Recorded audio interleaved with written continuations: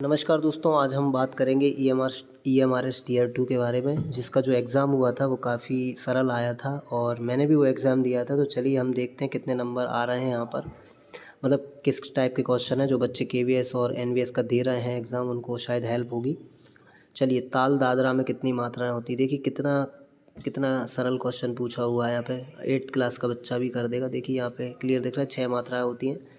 राग रामकली, तो राग के बहुत सारे क्वेश्चन आए थे। तो इस बार जो केवीएस एनवीएस का पेपर देने जाएंगे ना, वो राग और ताल अच्छे से कर लें, ठीक है। और परिभाषाएं ना छोड़ के जाएं, ये 3 चीज़ बहुत कॉमन थी। और 5,000 लोग केवीएस में पास हुए हैं और 1400 लोग, कुछ 5,000 लोगों ने शायद फॉर्म भरा था, पता नहीं है कितने लोग पास हुए हैं। और ईएमआरएस में 7,000 लोगों ने यहाँ पे भरा था, 314 पोस्ट थी। राग रामकली किस समय गाया जाता है? तो यहाँ पे हम देखेंगे इसका आंसर क्या होगा दोस्तों, बताइए। प्रातः काल होगा इसका आंसर। इसके बाद हम देखते हैं ख़याल। अब देखिए जो ख़याल होता है, जैसे हम किसी चीज़ का ख़याल कर रहे हैं तो यानी कि हम मन में कल्पना कर रहे हैं, तो ख़याल यानी क्या हो जाएगा, कल्पना। ओके। इसके अलावा होगा मालगुंजी। मालगुंजी मैंने खमाज लगाया था, पहले मैं मारवा लगाने वाला था, लेकिन खमाज है इसका आंसर, सही किया है मैंने भी। और बृहदेशी की रचना सबको पता है, मतंग मुनि ने की है। इतने मतलब इतने सरल से क्वेश्चन, सरल टाइप के क्वेश्चंस पूछे हैं तो वो थोड़ा सा लग रहा है मन में। इसके बाद उस्ताद फैयाज़ खां का नाम क्या था? तो फैयाज़ खां का नाम जो था वो था प्रेम पिया। ओके, प्रेम पिया उनका नाम था। तोड़ी के सुर कौन कौन से? कोमल, रेगाधा और तीव्र मध्यम। ओके।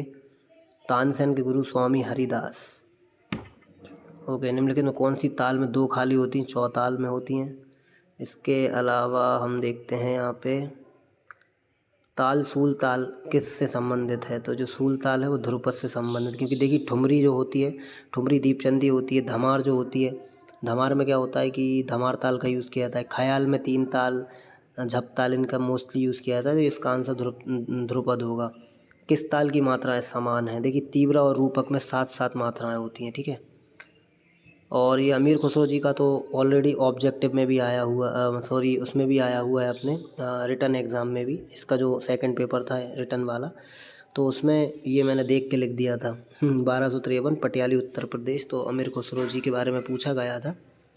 इसके अलावा पेशकार, हमें पता है पेशकार तबले से संबंधित है। इसके अलावा देखते हैं हम सितार किस श्रेणी में आता है? सितार हमें पता है तत्वाद में आता है, ठीक है। राग हिंडोल औडा वडव जाति का राग है। 3 ताल में कितने विभाग हैं? तो 4 विभाग हैं, 4-4 मात्राओं के। स्वर के अत्यधिक प्रयोग करने को हम बहुत्व बोलते हैं। अजराना घराना हमें पता है तबला से संबंधित है। इसके अलावा हम देखते हैं राग शुद्ध कल्याण। ये मेरा थोड़ा सा मुझे लग रहा है गलत होगा, मैंने रेपा लगा दिया है, लेकिन इसका आंसर गाधा है। तराना किस प्रकार से संबंधित? तराना हमें पता है शास्त्रीय संगीत संबंधित है।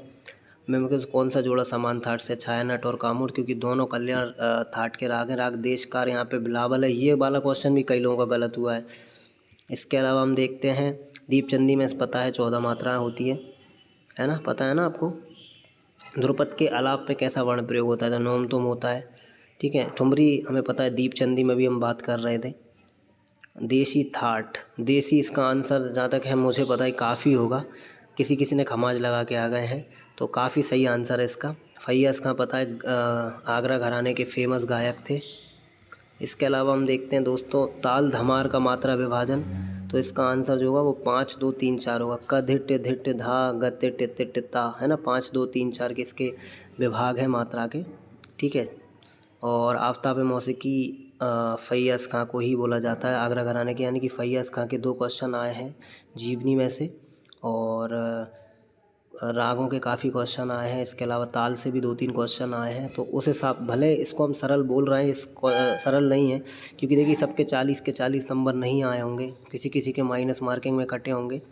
और यदि 40 नंबर आ भी गए होंगे तो भी रिटन एग्ज़ाम में किसकी राइटिंग कैसी है, किसने कितने क्वेश्चन छोड़े हैं, कितने क्वेश्चन मन से लिखे हैं, कितने क्वेश्चन गलत लिखे हैं, फिर उसके माइनस मार्किंग में यहाँ पे ओटी में कितने, ऑब्जेक्टिव में कितने नंबर कटे हुए हैं, उन सबको टोटल मिला के कोई कट ऑफ जाएगा। और मुझे जहाँ तक पता है 80-85 से ज़्यादा कट ऑफ नहीं जाएगा, क्योंकि लोगों को लग रहा है हमने पूरा एग्ज़ाम किया, लेकिन ये एग्ज़ाम लगभग सभी के लिए समान ही था। लगभग वही क्वेश्चंस गलत हुए हैं, जैसे कि एक चार वाक वाला क्वेश्चन, लोम विलोम वाला क्वेश्चन, चौपल्ली वाला क्वेश्चन, या संगीत में विज्ञान का संगीत में क्या योगदान है। ऐसे क्वेश्चंस घुमा फिरा के आए थे जो बच्चों ने या तो मन से लिखे हैं और इवन किसी बच्चे ने तो छोड़ भी दिए हैं। तो जिसने लिखे होंगे थोड़े बहुत, हो सकता है उसको नंबर मिल जाए। अब वो एग्ज़ामिनर पर डिपेंड है। अब यहाँ पे अगर हम देखें तो 314 पोस्ट थी और टियर 1 में 7000 लोगों ने भरा था ये फॉर्म। तो टियर 2 में कितने लोग सेलेक्ट हुए हैं ये किसी को नहीं पता। लगभग 5000 लोग तो सिलेक्ट हुए होंगे। और ओबीसी में 84 सीट हैं, जनरल में शायद 129 सीट हैं, और एससी में शायद मुझे जहाँ तक लग रहा है 47 या 48 सीट है, मुझे एग्जैक्ट याद नहीं है। टोटल 314 सीट हैं। तो उस हिसाब से देखते हैं टियर 2 में क्या है, क्या हो सकता है।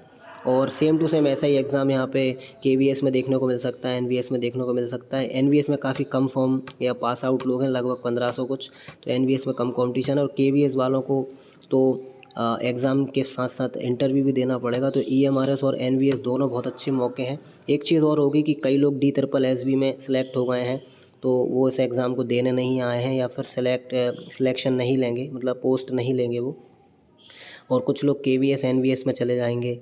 तो ईएमआरएस में खाली हो सकती है कुछ पोस्ट, कुछ केवीएस में हो जाएंगी, कुछ एनवीएस में हो जाएंगी। और इसकी जो पोस्ट रहती हैं दोस्तों, वो कभी भी खाली नहीं जाती, बैकलॉग में नहीं जाती। आपको बाकायदा फ़ोन किया जाएगा, आप नहीं लेते तो किसी और को बुलाया जाएगा। और वेटिंग भी काफ़ी निकलती। पिछली बार मैंने सुना है कि 6 से 7 वेटिंग लिस्ट निकाली गई थी। जी हाँ, आप सही सुन रहे हैं, 6 से 7 वेटिंग लिस्ट निकाली गई थी। तो आई होप कि सब लोगों का सिलेक्शन हो। लेकिन मुझे लग रहा है 80-90, 85 से 90 जिसके नंबर आए हैं, 90 के ऊपर, वो तो बिल्कुल सेफ़ है। इसके आसपास वाले लोग भी काफ़ी सेफ़ हैं। चलिए देखते हैं। Wish you all the best.